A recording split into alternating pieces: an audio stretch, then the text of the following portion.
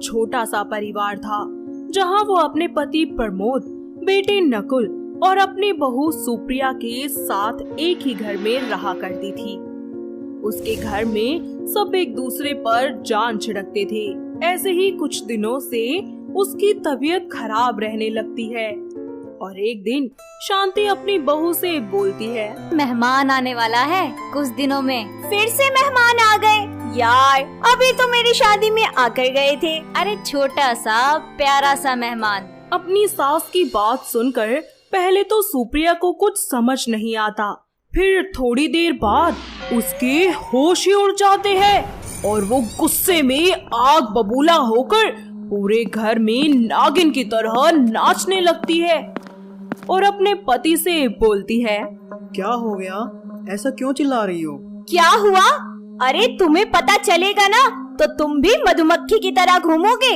अब पहेलियां ही बुझाओगी या कुछ बताओगी भी? अरे जिस उम्र में जिनको अपने पोते पोती खिलाने का सपना देखना चाहिए ना, वो अपने ही बच्चों के सपने देख रही हैं। अपनी बीवी की बात सुनकर नकुल के पैरों तले जमीन खिसक जाती है। शांति के गर्भवती होने की बात आग की तरह फैल जाती है और सभी उसका मजाक बनाने लगते हैं।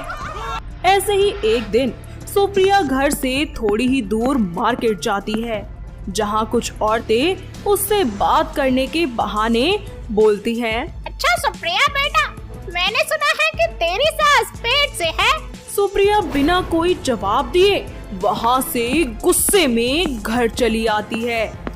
घर जाकर वो अपना ससुराल छोड़ने का फैसला करती है।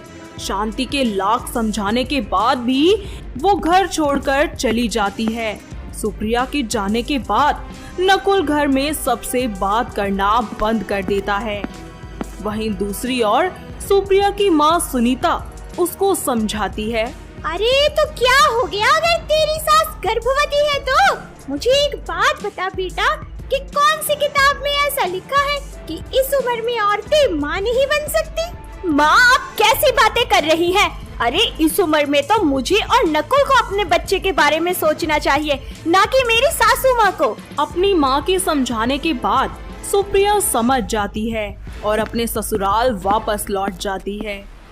उसको घर आते देख उसकी सास को बहुत खुशी होती है और वो उससे कहती है, अच्छा हुआ कि तू आ गई, और तू और नकुल नहीं चाहते ना कि ये बच्चा आए इस दुनिया में, तो अब यही होगा। क्यों नहीं आएगा?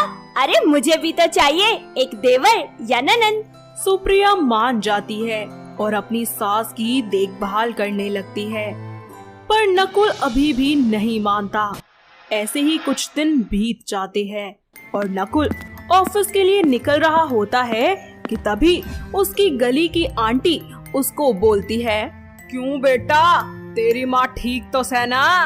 अच्छा नो बता, कौन सा महीना चढ़ गया उसके? मुझे नहीं पता। चाल कोई बात ना, पर जाते जाते नू तो बता दे, अक्तने भाई चाहिए या भाण? नकुल खुद को शर्मिंदा महसूस करके वहाँ से चला जाता है और ऑफिस पहुँचता है, जहाँ उसके ऑफिस के दोस्त उसका मजाक बनाते हैं। भाई मैंने सुना है तेरे घर में छोटा मेहमान आने वाला है और ये मेहमान अंकल आंटी का है।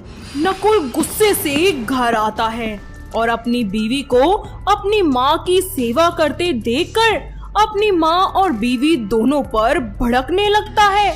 क्या नाटक चल रहा है यहाँ? अरे क्यों चीख चीख के घर सर पे उठा रहे हो? आपको दिख नहीं रहा क्या माँ जी की तबीयत खराब है? मैं चिल्ला रहा हूँ? सही है, तुम लोगों को क्या है? तुम तीनों नहीं सुन रहे लोगों के ताने? अरे सुन तो मैं रहा हूँ, क्योंकि बाहर मैं जाता हूँ, तुम तीनों नहीं। रत्ती भर भी शर्म नहीं आई ये काम करते हुए। छी। नकुल की बातें उन दोनों को सुई की तरह चुभती है, तो वहीं नकुल लोगों का सामना करने से हिचकिचाने लगता है। ऐसे ही एक दिन ऑफिस का चपरासी उसके पास जाकर बोलता है, सर छोटा मुंह बड़ी बात, तो क्या हुआ? आप अभी अपने बच्चों को खिला नहीं सकते? आप अभी अपने भाई बहनों को तो खिला ही सकते हो। और वैसे भी आपके साथ जो हुआ ना वो ठीक नहीं हुआ। आपके माँ पिताजी को एक बार तो आपके बारे में सोचना चाहिए था। अब तू मुझे बताएगा क्या करना चाहिए क्या नहीं? मेरे साथ कितना बुरा हुआ है? नकुल का एक एक दिन काटना बहुत मुश्किल होने लगता है और एक दिन वो अपनी माँ के पास जाता है, जहाँ पहले से ही शांति सुप्रिया को नकुल के बचपन के बारे में बता रही होती है। नकुल वहाँ अपनी माँ से बोलता है, माँ ऐसा क्यों किया? मेरे बारे में एक बार भी नहीं सोचा। ऐसा नहीं है मेरे बच्चे, तू तो मेरे जिगर का टुकड़ा है। तो इस उम्र में क्यों माँ? आपको पता नहीं शायद किस तरह मैं लोगों का सामना कर रहा हूँ। अपने बेटे के सवाल सुनकर शांति की आंखों में आंसू आ जाते हैं और अगले दिन सुप्रिया अपने पति को जबरदस्ती अपनी सास के साथ हॉस्पिटल ले जाती है, जहां नकुल देखता है कि उसकी माँ से भी ज्यादा उम्र की औरतें प्रेग्नेंट हैं और बहुत सारी औरतों के तो पहले से ही बच्चे होते हैं, जिसमें से एक औरत आकर शांति से बोलती है, भगवान का खेल भी तो देखो। और भाई जिसको बच्चा चाहिए नहीं होता उसको दे देते हैं और जिसको चाहिए होता है उसको होता ही नहीं है। टेंशन मत लो बहन, एक दिन तुम्हारी गोद जरूर भरेगी। हॉस्पिटल से आकर नकुल का मन बेचैन होने लगता है। ऐसे ही 2 महीने निकल जाते हैं। नकुल धीरे धीरे इस सच्चाई को अपना लेता है और एक दिन शांति अपनी बहू के साथ मार्केट जाती है, जहां सब्जी वाला उसको ताने देता है। पता नहीं यहाँ कैसे कैसे लोग होते हैं। क्यों भैया, क्या हो गया? अरे तुम्हारी बीवी कभी माँ नहीं बनी क्या? छोड़ो ना माँ, होती तो ऐसे नहीं बोलता। थोड़ी देर बाद वहाँ से दोनों चली जाती हैं। घर जाकर देखती हैं कि उनके घर में कुछ लोग आए हुए हैं, जो कि सुप्रिया के बचपन की दोस्त आंचल और उसका पति सोनू होता है। शांति को इस हाल में देखकर वो दोनों उसका मजाक बनाने लगते हैं। इतना बड़ा सरप्राइज!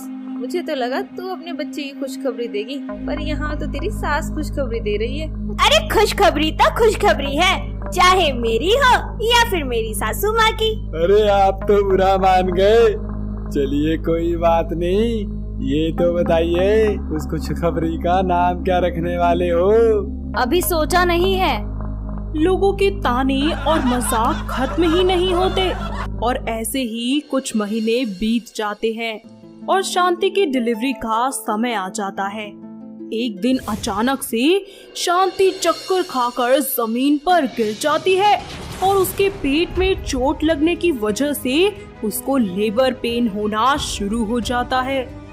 अपनी माँ की ये हालत देखकर नकुल की आंखों में आंसू आ जाते हैं और वो अपनी माँ को डॉक्टर के पास ले जाता है।